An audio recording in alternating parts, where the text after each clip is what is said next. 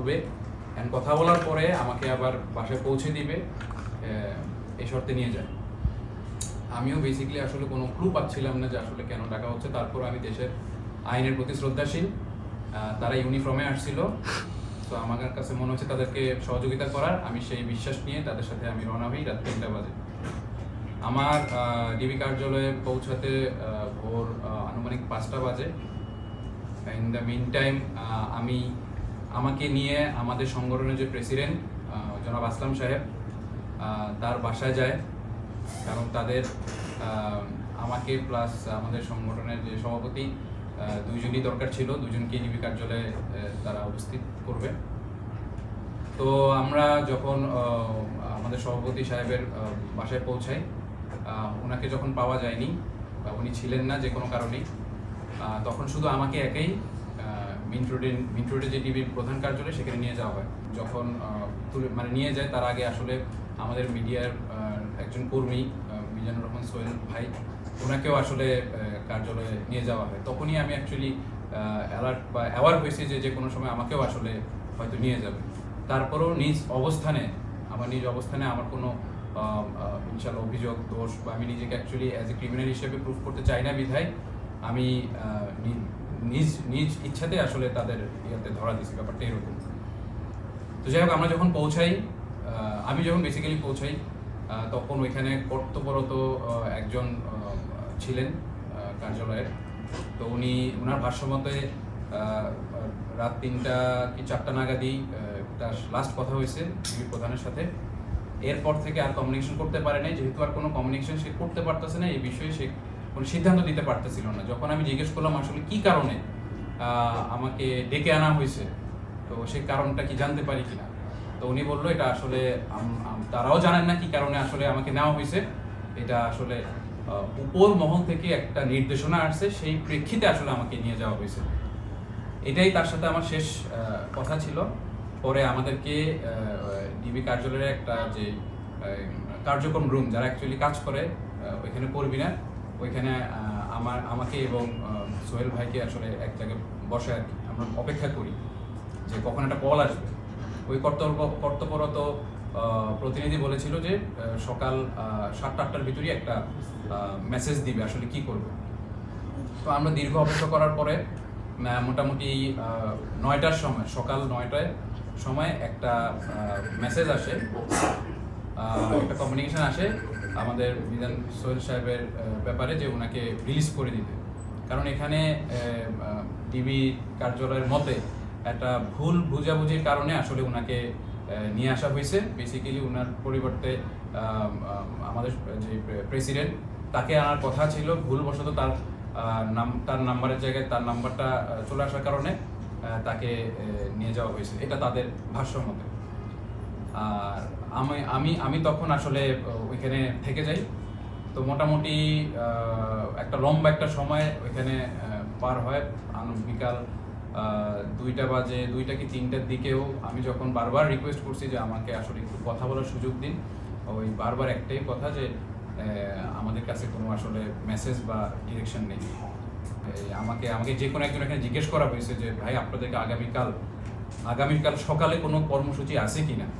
আমি তখন বললাম যে দেখেন, আমাদের তো একটা সংগঠন, রিসেন্ট দেশে মোবাইল ব্যবসাকে কেন্দ্র করে যে অস্থিরতাটা শুরু হয়েছে, আমরা এটা নিয়ে একটা প্রেস কনফারেন্স করতে চাইছি। এটা 19 তারিখ বুধবার ঢাকা রিপোর্টার্স ইউনিটি, যেটা DRU, এখানে হওয়ার কথা ছিল। এই জিনিসটাকে কেন্দ্র করে পরে আমি বুঝতে পারি যে এই জিনিসটাকে কেন্দ্র করে জনাব সোহেল সাহেব প্লাস আমাকে আসলে এখানে ডেকে নেওয়া হয়েছে। তো মূলত আমাদের বুধবারের যেই প্রেস কনফারেন্সটা, এখানে আমরা আমাদের যেই সরকারের প্রতি বা দেশের জনগণের প্রতি যেই সাজেশনটা, এই যে রিসেন্ট যেই বিটিআরসি যেই জিনিসটা নিয়ে কাজ করতেছে, NEIR, এই সিস্টেমটা নিয়ে বিটিআরসি বরাবর বা সরকার বরাবর আমাদের কিছু সাজেশন বা দিক নির্দেশনা বা আরও কীভাবে করলে জিনিসটা সর্বপরিসরে জনগণ থেকে শুরু করে আমরা ব্যবসায়ী সবার কাছে গ্রহণযোগ্যতা পাবে, এই বিষয়টা নিয়ে আসলে আমাদের প্রেস কনফারেন্সটা ছিল। কিন্তু একটা পক্ষ, পরে আমরা মিডিয়া থেকে জানতে পারি যে একটা পক্ষ আসলে আমাদের এই প্রেস কনফারেন্সের সিচুয়েশনটাকে আসলে বানচাল করার জন্য আমাকে এবং আমার সভাপতিকে নিয়ে যেতে চাইছে।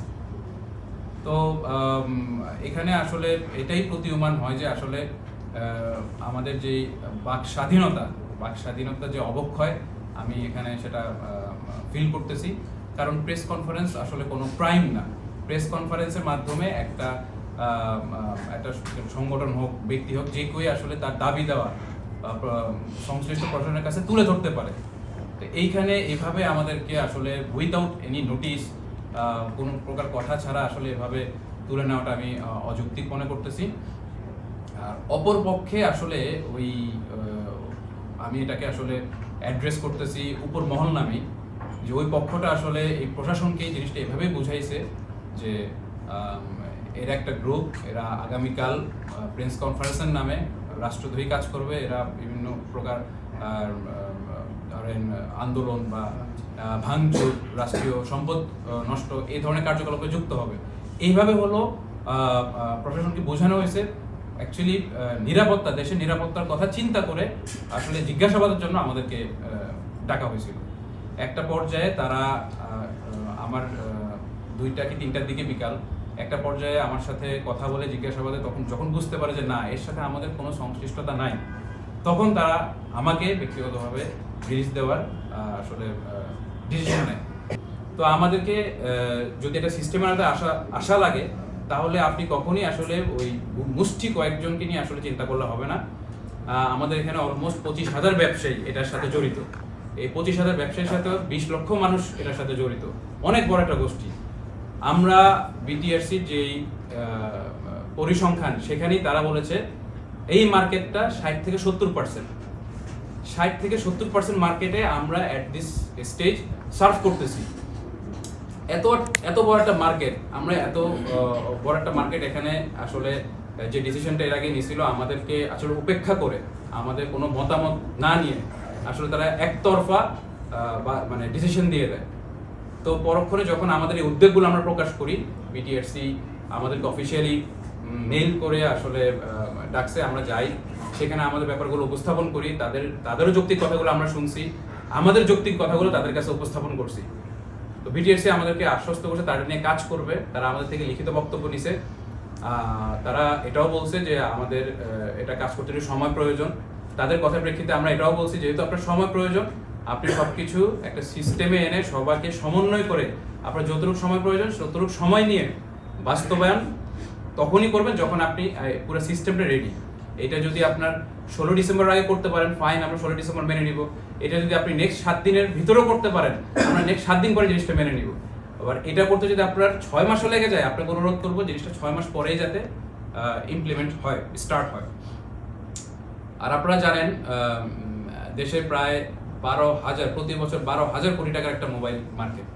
সো এই মার্কেটটা প্রবাসীদের মাধ্যমে প্রায় 2 কোটি প্রবাসী কিন্তু দেশের বাইরে অবস্থান করতেছে।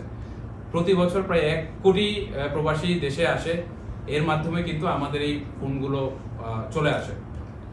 তো এখানে আমি আসলে স্পষ্ট করে বলতে চাই, এটার সাথে শুধু যে আমরা ব্যবসায়ীরা জড়িত বা এর সাথে যে কর্মসংস্থান আছে তারা জড়িত, ব্যাপারটা এটা না। এটার সাথে প্রবাসীরাও ওতপ্রোতভাবে জড়িত। আর যে এনইআইআর সিস্টেমটা, এটা আসলে কিছু ক্ষেত্রে প্রবাসীদের কথা যদি চিন্তা করেন অথবা প্রত্যন্ত অঞ্চলের কথা যদি চিন্তা করেন, সেখানের জন্য একটু জটিল। কারণ এখানে যে প্রসেস, এই প্রসেসটা সম্পর্কে এখনো আমরাও নিজেরা আসলে অনেকভাবে মানে ক্লিয়ার না। এটা কিছু টিউটোরিয়াল দেওয়া দরকার ছিল, কিভাবে আসলে ইমপ্লিমেন্ট হবে, কিভাবে ইউজ করবে। একটা ফোন চেঞ্জ করতেই পারে, মানে ফোন এমন একটা জিনিস, মনে করেন এটা একটা সার্টেন টাইম 6 মাস 1 বছর পর মানুষ চেঞ্জ করে। তো প্রত্যন্ত অঞ্চলে যে মানুষগুলো আছে বা আমাদের গ্রাম অঞ্চলের মানুষ, তারা খুব এটা নিয়ে আসলে অসুবিধা ফেস করবে। সেখানে